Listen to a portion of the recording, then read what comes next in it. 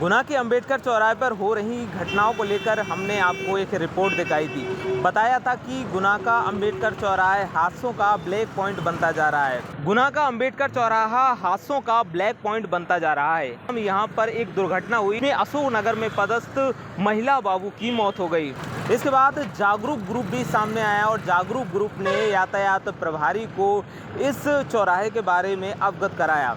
यातायात प्रभारी यहां पहुंचे और उन्होंने इस चौराहे का अवलोकन किया है। अब साथ में इस चौराहे पर कुछ बदलाव आपको देखने को मिल सकते हैं। हालांकि वो बदलाव कब तक होंगे, इसको लेकर भी हमने यातायात प्रभारी से जानकारी ली है। देखिए, ये अंबेडकर चौक पर जो अवलोकन किया गया है, यातायात विभाग से मैं हूँ, इंस्पेक्टर अजय प्रताप सिंह, और बाकी मेरे साथ में जो जागरूकता ग्रुप है शहर का, उसमें अमित तिवारी जी और उनकी टीम के साथ में हमने अवलोकन किया है। तो उनके कुछ महत्वपूर्ण बिंदु हैं, जिसमें कि एक आपका स्पीड ब्रेकर्स है, हाई मास्ट लाइट है, उसके अलावा जो रोड का डिवाइडर है, ये बेसिक पॉइंट्स हैं जिन पर काम किया जाना है। उनके लिए हम आगे कार्रवाई करवाएंगे। ये एक्चुअल में इस नगर पालिका और जो लोकल एजेंसी है उनके माध्यम से काम किए जाते हैं। तो हम बात करेंगे सीएमओ साहब से, जब भी संभव होगा, और शीघ्र से शीघ्र कार्रवाई कराने की कोशिश की जाएगी। सर, लगातार यहाँ दुर्घटनाएं सामने आ रही हैं। दुर्घटनाओं का जो मेन कारण है वो ये है कि रोड काफ़ी चौड़ा है, स्पीड ब्रेकर्स नहीं है, जिस वजह से गाड़ी की जो गति है वो काफ़ी तेज़ है।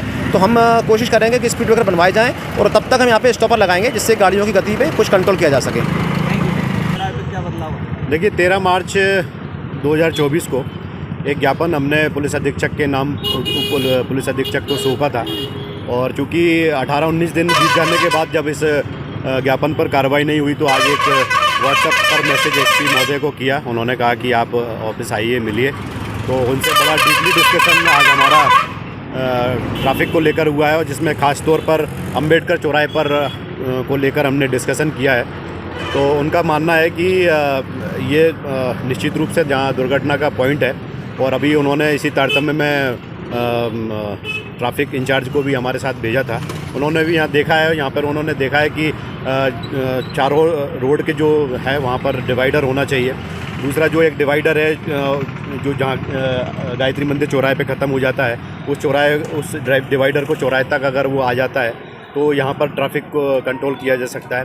इसके अलावा यहाँ पर एक हाई मस्ट लाइट लगी हुई है जो कि बहुत दिनों से बंद पड़ी है। सिर्फ 2 हाई मस्ट लाइट, 2 ही हैलोजन उसमें जलती हैं। प्रकाश की कहने का मतलब ये है कि प्रकाश की भी बहुत प्रॉब्लम है। अगर यहाँ पर लाइटिंग चौराहे पर रहती है तो बहुत हद तक ट्रैफिक को कम किया जा सकता है। और इसके अलावा में जो लेफ़्ट टर्न है, रोड के चारों ओर जो लेफ़्ट टर्न है, यहाँ पर अतिक्रमण की थोड़ा सा प्रॉब्लम है। जो ठेले वाले हैं, ऑटो वाले हैं, ये लोग चौराहे पर अतिक्रमण करे हुए हैं। अगर इसको भी यहाँ से हटाया जाए तो निश्चित रूप से बहुत हद तक ट्रैफिक की स्थिति सुधर सकती है, क्योंकि देखा गया है कि बीते 6 माह के दौरान यहाँ पर 3 लोगों की डेथ हुई है। तो इस तरह के मामले की पुनरावृत्ति ना हो, इसी को लेकर हमने आज माननीय पुलिस अधीक्षक महोदय को यहाँ पे अवगत कराया है। मैं अमित